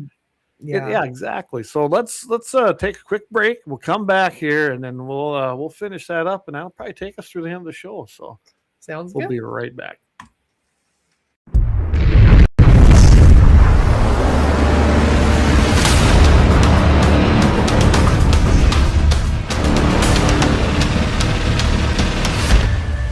Lauer Auto Repair, located at 309 South Washington Street in Bismarck, North Dakota. Give them a call at 701-258-6308. The team of mechanics at Lauer Auto can take care of any problem your vehicle is having. And when you do business with Lauer, you can be assured you're doing business with a pro Second Amendment America First repair shop. There are plenty of other auto repair shops in the Bismarck-Mandan area. But why take a chance at patronizing a shop that might not have your beliefs at heart? Make no mistake. Lauer Auto is your pro Second Amendment repair shop. When you talk to the guys at Lauer Auto, don't forget to tell them that you heard they are a sponsor of Guns and the 701 and that you appreciate their support of our pro Second Amendment, pro North Dakota live stream and podcast. That's Lauer Auto Repair, 701-258-6308.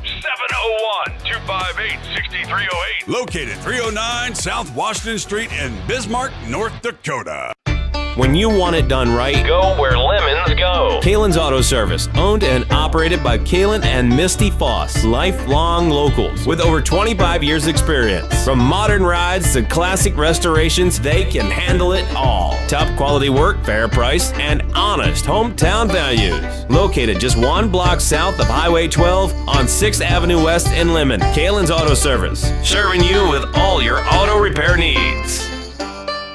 For the best gun gear for every and any situation, Little Angry Man Arms LLC has you covered. Top-notch guns from top-name brands like Winchester, Glock, Sig Sauer, and Ruger to essential extras from Magpul, Streamlight, Hollow, Sun, Optics, and more. Little Angry Man Arms LLC have everything to make your shooting adventures a success. Visit littleangrymanarms.com today and gear up for your next big hunt, competition, or home defense. Don't miss out on our exclusive deals. Little Angry Man Arms LLC, based in Trail City, South Dakota, your ultimate hunting partner.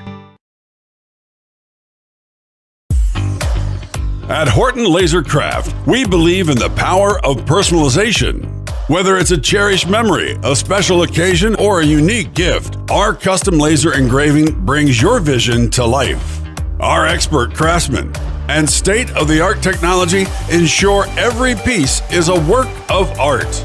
From personalized decor to one-of-a-kind keepsakes, Horton Lasercraft makes every moment unforgettable. Horton Lasercraft is owned and operated by a local veteran and his wife located near Thunderhawk, South Dakota. They provide custom laser products at a reasonable price, and their turnaround time is fast and efficient. Custom board cutting, glassware, decanter sets, mugs, assorted stainless steel jewelry, assorted tags, decor, custom acrylic nightlights, and much, much more. Call them up at 605-545-7535. Horton Lasercraft, where memories are engraved.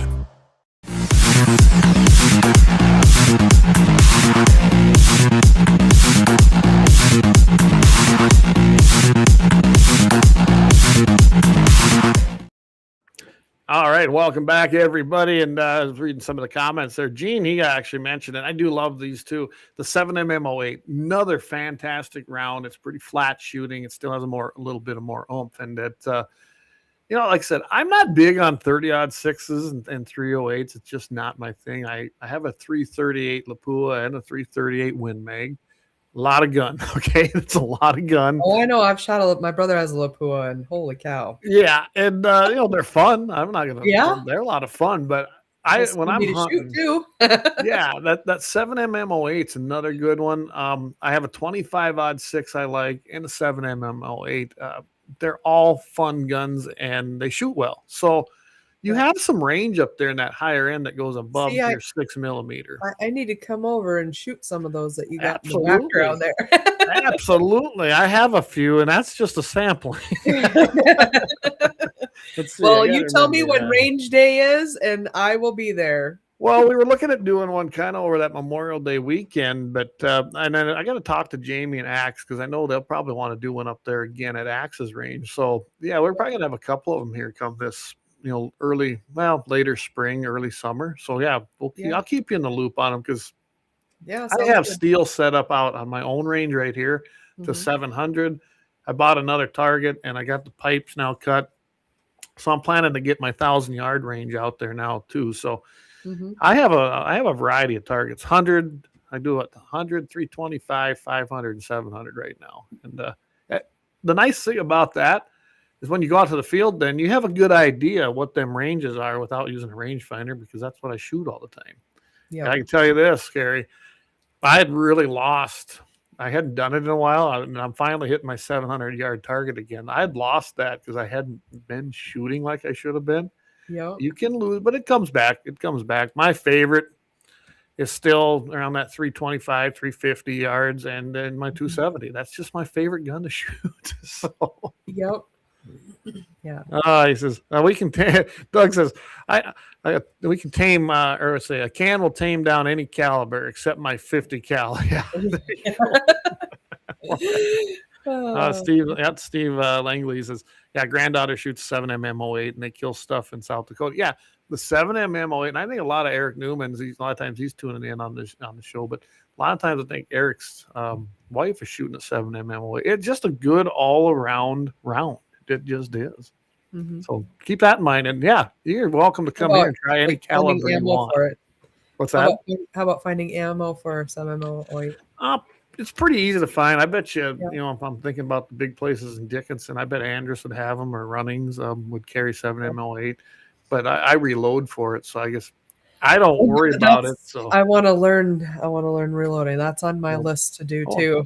In my Justin said, time. yeah, 280 Ackley. 280 Ackley improved. That's another great round. The 280 came out years ago, and another good. There's just a ton of rounds up there in that just under 30 caliber, but above the 25. So yeah, it's just Sure.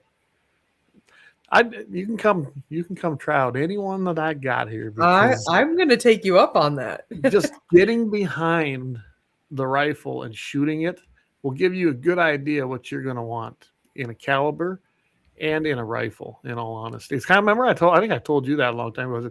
When you're picking a handgun, go shoot some first. Yep. And then decide which one you want to get, because right. When it comes to which one should you have, well, opinions are multiple, aren't they? They're my gosh. That, and that's when I went to go take my concealed carry, I like needed a handgun, and so I went to a store in Dickinson, and I was like, I really don't know a lot about them. I said, I know how to shoot them, and I know the basics, but I need a good gun. And he's like, oh, you need a 38 special. Oh my gosh. I hated that thing so bad. I couldn't wait to sell it. I did. I don't typically sell guns, but that one went down the road. I hated that thing so bad. I don't mind shooting 38s for fun, but that's not going to be my self-defense fire. No, it was a terrible self-defense gun. So, and in all honesty, a lot of times depending on where I'm going, I carry a 22 mag in the North American Arms, that little revolver. Yeah. Because I guess I look at it like this. I want to make sure I stop the threat. And a lot of times, some of them encounters are pretty close range. Mm-hmm. 22 mag from them Hornady VMAXs, close range. Yeah. Take care of that. Yep. Yeah. And I don't want to kill anybody. You do what you need to defend yourself. But if I feel like I'm threatened that bad, I'm kind of glad I have that, because I can probably get the job done and then let the law take care of them, right?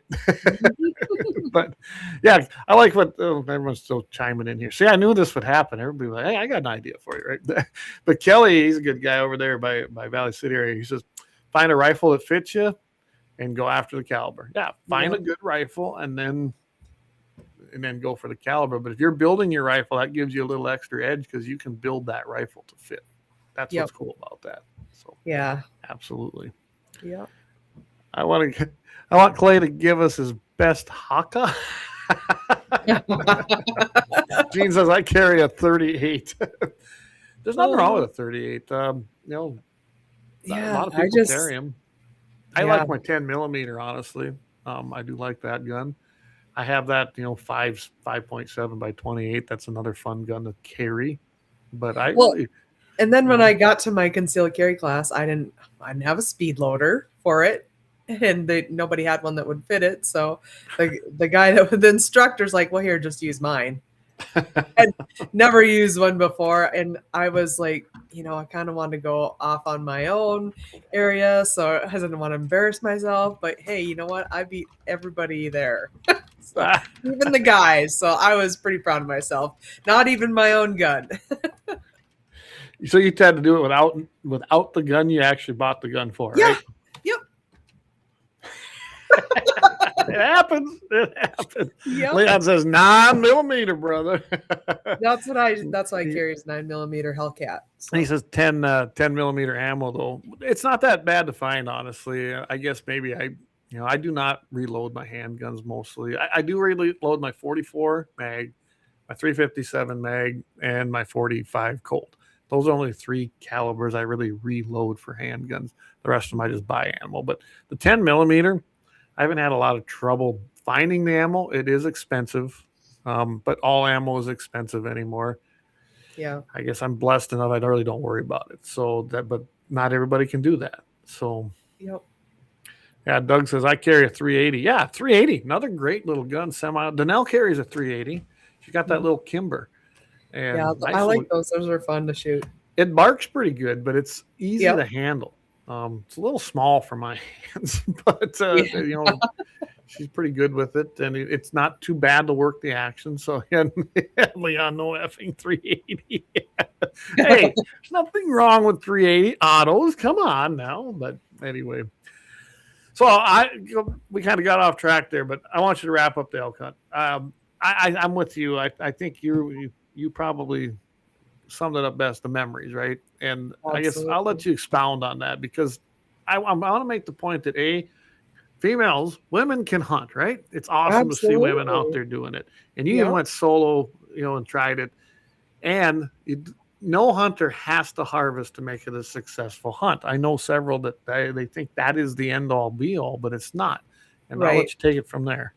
Yep. And like that last day was probably the best ever. I mean, I don't even know why I decided I'm just going alone. Like, I think by that time I was just kind of over it, the pressure. I mean, everybody was texting me every night. Did you get your elk? Did you get your elk? I'd go into work. Did you get your elk yet? I'm like, no. If I had an elk, it'd be in the cooler here. Yeah, hanging up, and yeah. So, just like someone had mentioned early, time out in nature. Just being outdoors and there's just something rewarding. That last day, like I said, 3 days prior, I'm like, I hate this. I am never doing it again. I don't have to do it again because it's once in a lifetime. So, and if my family draws, no, I'm not doing it. I'm not going. They're on their own. But that last day was just really kind of an eye opener for me. I made that choice to go out solo and get out there. And I mean, I had to talk myself into it because I did not want to go. But I'm like, you know what? I've gotten this far. You are going to go and make the best of it. And, once I made up my mind, I was like, okay, I'm doing this. I'm doing this, and I'm going to work for it. I'm going to work as hard as I can for it. And I did. And, there was just something really rewarding being able to find that herd of 150 elk by myself after spending 40 miles on foot through the whole season, at least that much, trying to find them, and being in the right place, but always at the wrong time. Right. So like the memories of that are just that's priceless. Jennifer says proud of you. Yeah, that's just it. And I don't know, for me I love when I'm sitting out there and I know I've walked into an area, and sometimes a long ways, before the sun comes up, and then I get to watch that sun come up, and nothing knows I'm there. Yeah. I don't know. The peace and the solitude of that, and then you hear the whole waking up of the world, whether it's somebody popping off their tractor to start chores, or you hear a coyote out there howling. And I like to hunt coyotes, still do. Yeah. I like calling them in as I want to do that. See, I'm going to come down. I want to go coyote hunting. Well, you know where I live. I do. Come on down. You need to tell me when you're available.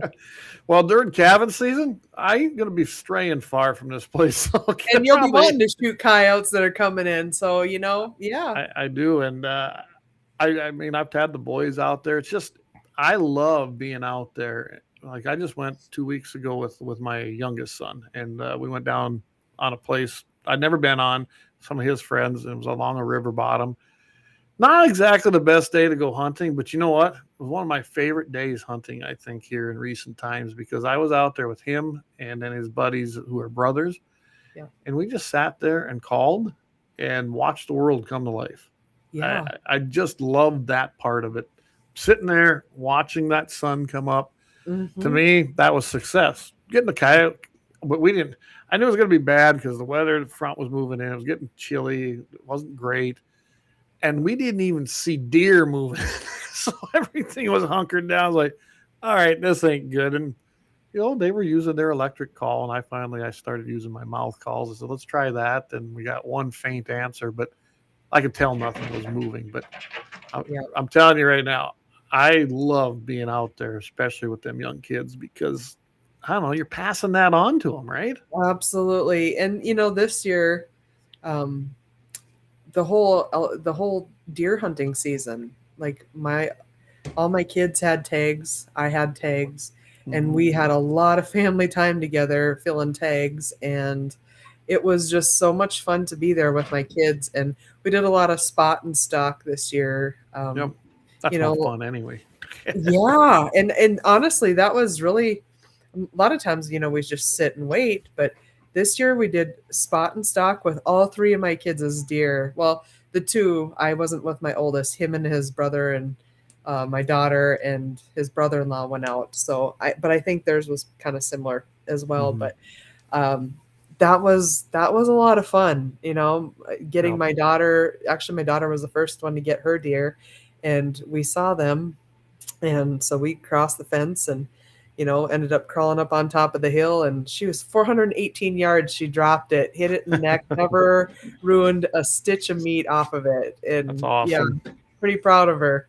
As that was a long shot, especially for a neck shot. It is, yeah. She's not shot a whole lot of deer. She's only 17, so I think she's only drawn 3 times. And the first year she didn't get one. Yeah, Jamie came down here. It had been 2 years ago with the youth tag with his youngest daughter. We got to take her out, and we saw the deer, but we had to go around and then come up on the backside of a hill, and then she made the shot. And I don't know. I don't have to be out there hunting to have a great time. I don't. Yeah. I didn't even take a gun that day. I was along for. They were hunting our place, and I was just along just for the whole experience. Yep. Well, and that's kind of how it was with my son. That one was probably the funnest ever. I kind of wish I would have had a video on myself because it would have been entertaining. So we were up on this hill, and it kind of overlooking these sand dunes, and they were actually going after muley buck that was still in full velvet. It was a really, really cool deer. He was super tall, but very, very narrow and just kind of gnarly antlers. And so they were actually going after him. So we got up on that hill and found him where he usually hangs out. And then my 2 boys and my son's friend that does the elk hunting a lot, right? They're like, well, we're gonna trail down, and you can stay up top, and then you can bring the pickup around if we get one, if we get him. So I was like, all right. So I stood up there with a spotting scope and just kind of watched and kept an eye on him, seeing where he was at, and they were walking toward him, and then he went down in this draw and walked away, and I couldn't see him anymore. But then there was all kinds of deer down there, and so I was just watching all of them, and I saw the guys in the spotting scope, and I look over off to the left of where they are, and there's this nice buck. I mean, he's just he's on a mission. He's chasing tail, and he's he's running right at the guys. And so pretty soon they're both in my spotting scope, and I'm just like, oh my gosh, he's right there. I'm commentating to myself up on the hill. And I was like, Jaden, he's running right at you, and pretty soon it pulls over and boom, and drops him. It was a nice buck, but it was so fun to watch. I mean, like I said, I have more it was fun so thrilling taking out my kids now. Yeah. And and then I remember the first time I took both the boys when they got old enough. And so Landon had gotten his the year before because he could go the year before. The next year, Leighton could. So he was actually out there. It was just a doe, but it doesn't matter. It was the whole experience. And they are taking off, leaving me in the dust. I'm fine with that. And they get down there and they kind of lay on their bellies and crawl over this little knoll. And then Leighton drills his deer. And it was cool. I wish I'd have been videoing because I just didn't have a video with me today. Because they both stand up and high five each other. I was like, man, that's something that I'll never forget. Yep. And that's how it was with my 2 boys too. They were like, heck yeah. They're just cheering and excited. But it was. I'm going to pick up one of these comments here. Leon says, do you use any type of special scope for a coyote or just wait for the light? I don't have a special scope. I got a good one. I mean, I run good glass. Okay. Like I said, and my 220 Swift, Leon, is my coyote killer. You can ask Jamie. That's my prairie dog. And when I go out there with Jamie and Axe, we do prairie dog. I mean, that is my varmint rodent slayer. I know that gun. I've had that gun since I was 16. It was my grandpa's gun. I know that gun. It's a 55 grain Hornady VMAX with 43.7 grains of powder. I know this gun, and I don't need to, I don't need anything else when I'm out there with coyotes, and I call them in pretty close.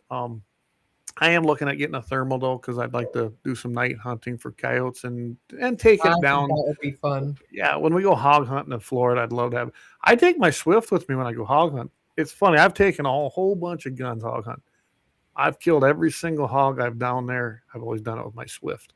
And people are like, I can't believe you're using that little gun. Well, hey, it does the job, and I'm good with it. So yeah, I would just say this, that if you're going to go coyote hunting, get very proficient with the gun. Eric Newman's very good with his beat up. I think that's a 22-250, but that guy can shoot too. And I'm telling you, if you know your gun, it doesn't matter what it is. But glass is important to me because of that low light. Coyotes are coming in. When that sun comes up, you start. When you can see, you can start. And good glass makes all the difference. It truly does. That was one thing too. When I was out elk hunting, I was at that guy's haystack, and like I said, don't know much about elk hunting, but the elk were moving closer to me, and they couldn't see me because I was kind of tucked in the haystack. But of course, that sun started coming down, and the coyotes, like, all of a sudden they just went crazy. I mean, doing their howling, yodel, whatever it is. And I was watching the elk, and those elk immediately stopped and turned and went the other way. Oh, yeah. So then I get my phone. I'm like, do elk and coyotes communicate? Because it was so crazy, because they were literally walking right at me, and the minute those coyotes let off, and then they got silent, and I never saw them or heard them again. And then the elk were gone. They went the opposite direction. I can tell you that they don't necessarily communicate with each other, but animals listen for other animals' warning. Okay. Right. So coyote has a very distinctive warning yelp, I guess you'd call it. And really it is. It's if they see something, they get out there and you've probably heard it's more like I can't do it. I'm not even going to attempt tonight. I can do it on my call. And it's just you'll know That's exactly what it was. Yeah. That's exactly what it was. You might as well. It was get really up loud and for leave. a while, and then it was dead silent. Yep, everything leaves. And the animal, the big game animals have caught on. Just like when you're up there in the mountains or even in the Black Hills, probably out in Nevada. Magpies. I hate magpies. I do not like. They are the narcs of the wildlife world. They see you walking through, and then they start doing their call. You just want to shoot them, but you can't. Right. And they will chase everything out too, because other animals know that. Oh, hey, there's something not right here. Let's just leave. Yeah. Well, and that's what Google told me. Yeah, they don't necessarily communicate, but they pick up on. So yeah, absolutely. I was like, you jerks. if you ever hear them coyotes doing that, you might as well just leave. Yeah, I'm not kidding. Everything. Well, I did, because it was too dark anyway by that time. That's why, like, when I go coyote hunting, I try to pick spot. Well, I got my own place here, so I don't have to go far if I don't want to, unless I'm just looking for different terrain. But I like to walk in when it's dark. But you got to kind of know where you're going. You got to know the property. I'm a chicken. I'm still a chicken, even though I have a gun. Oh man, I've walked into a lot of sets in the dark. And it's perfect because the coyotes, even if they hear you, if you stay downwind from them, can't necessarily smell you. And then when you start, I don't start with a howl generally. If I walked into an area like that, I do a squeak, because I've blowed coyotes out by giving out that big long invite howl, and they leave. I was too close to them, because I can't see them either when I'm walking in there. So yeah. But well, I'll tell you what, we're going to wrap it up. I like to keep these at 2 hours. Any parting words you want to leave? Parting words. Yeah. Well, why don't you plug kettle corn? I imagine you're still doing that. Kettle corn. Yeah, it's getting to be that season. Spring's coming up. So yeah, my husband and I, we have a kettle corn business that we started. Oh, geez, my daughter's 17, so it would have been 14. We're going on year 14, 13 years ago. Wow. So yeah, 3J's Kettle Corn. You can find us on Facebook. We do bulk orders. So if you have a graduation or a family reunion or weddings, we do a lot of weddings. You'll find us at Farmers Market in Dickinson this year again. We tend to do a lot of that. We did go around to fairs and stuff, and Farmers Market has just been very good to us, and we're getting a little older now, so it's at that work smarter, not harder stage. So yeah, we that'll be starting up here in June. We'll be at Farmers Market. So you're in need of kettle corn. Is it 3J's Kettle Corn LLC? Yep. There it is. Yep. I found it. Yeah. How am I not a follower? I don't know. Well, we are now. There we go. No, good deal. Yeah. So yeah, you can find several different flavors, and now this year we've added cheddar corn, so we do cheddar and white cheddar. So I might now have to get. I love I shouldn't eat it though. It's not good for me because right. I know it really raises heck with my gallbladder when I eat it. Seems like, but yeah, moderation. Yeah, and I can attest. She makes great kettle corn. We remember the NDGF Roundup in Medora. We had some there, and then when we came down to the stock show, she brought a lot. So guys, go check it out. Go find her on Facebook page. Like I said, I found it there. 3J's Kettle Corn LLC. It comes right up. So go do that, and yeah. I would really highly recommend it. Well, thank you. All right, guys. Well, Carrie, I think we're going to wrap this up. We went the full 2 hours, so I'm not going to do a happy ending. I'll use that tomorrow morning. So tune in tomorrow morning, 5:50 a.m. KFYR, Mitchell in the morning, 7:15 in the morning in the Mountain Time Zone, 8:15 in the Central. Going to have a great show. Like I said, I'll do my happy ending chronicle there. I'm going to be talking about the shooting that took place. Yeah. There one in Michigan today or something like that? There's one in Michigan, and there's one in Norfolk, Virginia, that was at the Old Dominion University with ROTC cadet. And the guy, Muhammad Jalal, well, I don't even need to say anything. Just look at that. And he finds out that he, pretty much wanted to do a Fort Hood style attack. So we'll talk about that tomorrow. We got the National Association for Gun Rights. I'm telling you guys, Thomas Massive, he's got a great bill coming out. And I don't know if it'll make it, but it's an actual real constitutional carry bill nationwide. It'll really do a great job. We got a lot of other things going on.